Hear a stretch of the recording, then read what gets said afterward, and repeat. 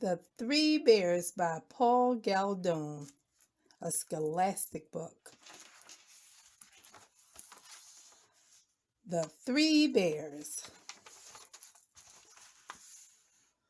Once upon a time, there were three bears who lived together in a house of their own in the woods.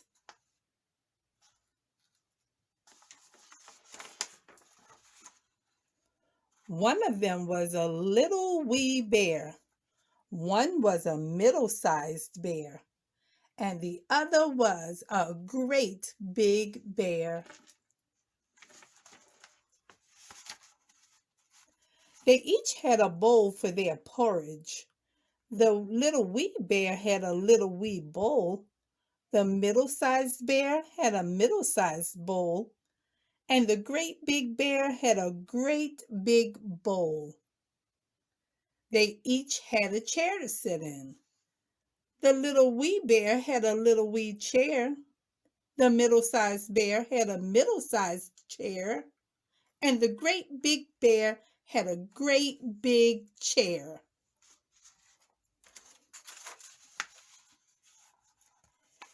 And they each had a bed to sleep in. The little wee bear had a little wee bed. The middle-sized bear had a middle-sized bed.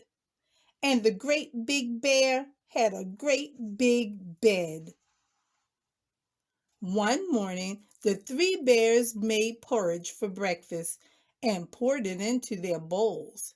But it was too hot to eat, so they decided to go for a walk in the woods until it cooled. While the three bears were walking, a little girl named Goldilocks came to their house. First, she looked in at the window, and then she peeked in through a keyhole. Of course, there was nobody inside. Goldilocks turned the handle of the door. The door was not locked because the three bears were trusting bears. They did no one any harm and never thought anyone would harm them. So Goldilocks opened the door and went right in.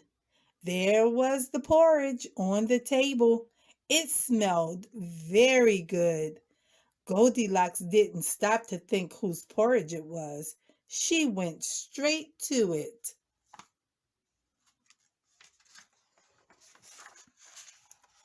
First, she tasted the porridge of the great big bear, but it was too hot.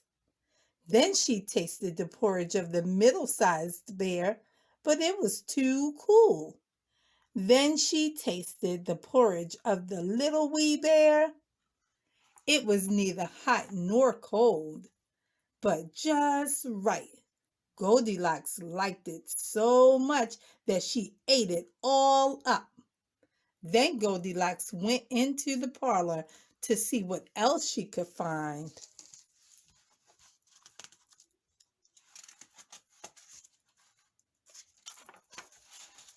There were the three chairs.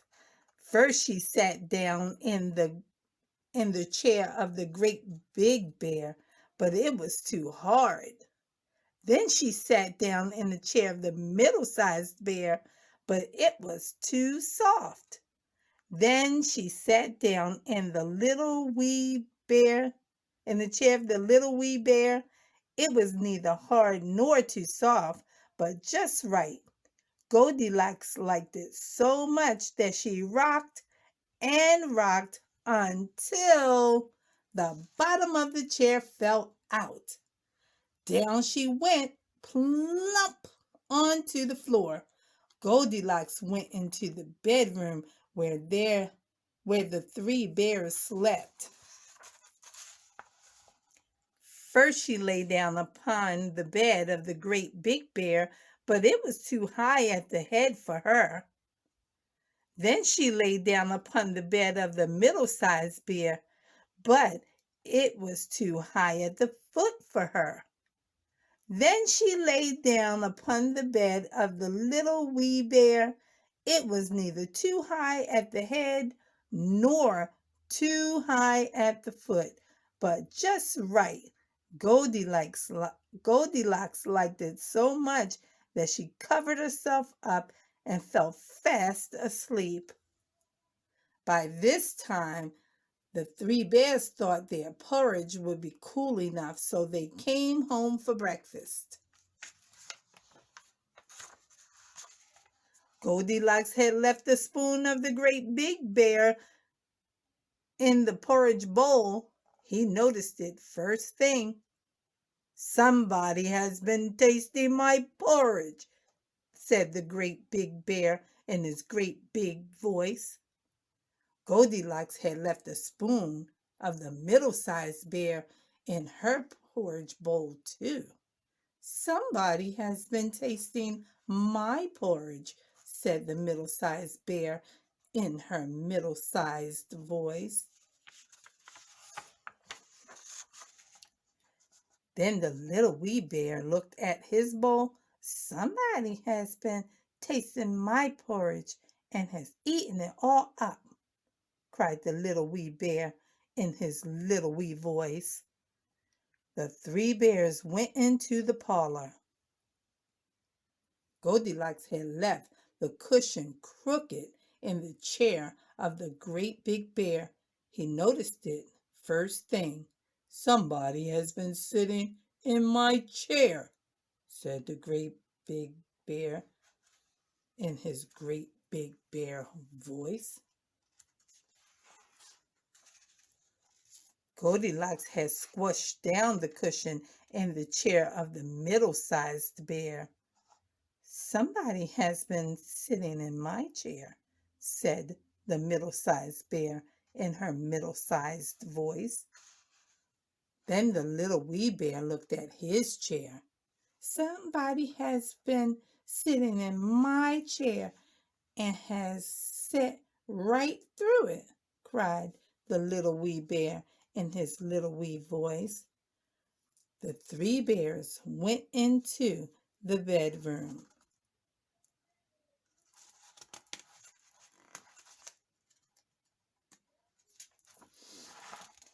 Goldilocks had pulled the pillow of the great big bear out of place. He noticed it first thing. "Somebody has been lying in my bed," said the great big bear in his great big voice. Goldilocks had pulled the blanket of the middle-sized bear out of place. "Somebody has been lying in my bed," said the middle-sized bear in her middle-sized voice.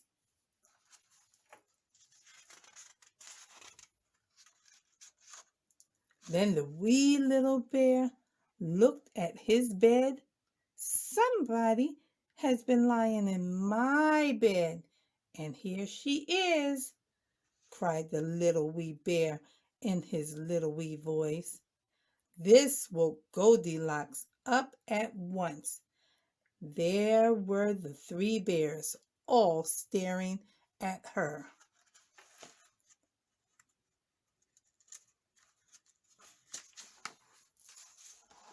Goldilocks was so frightened that she tumbled out of bed and ran to an open window.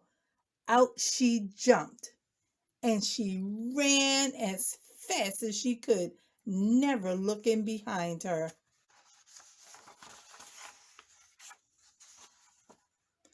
No one knows what happened to Goldilocks after that.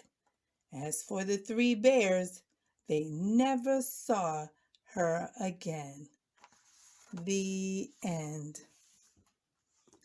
Now, that story told us all about Goldilocks and the three bears.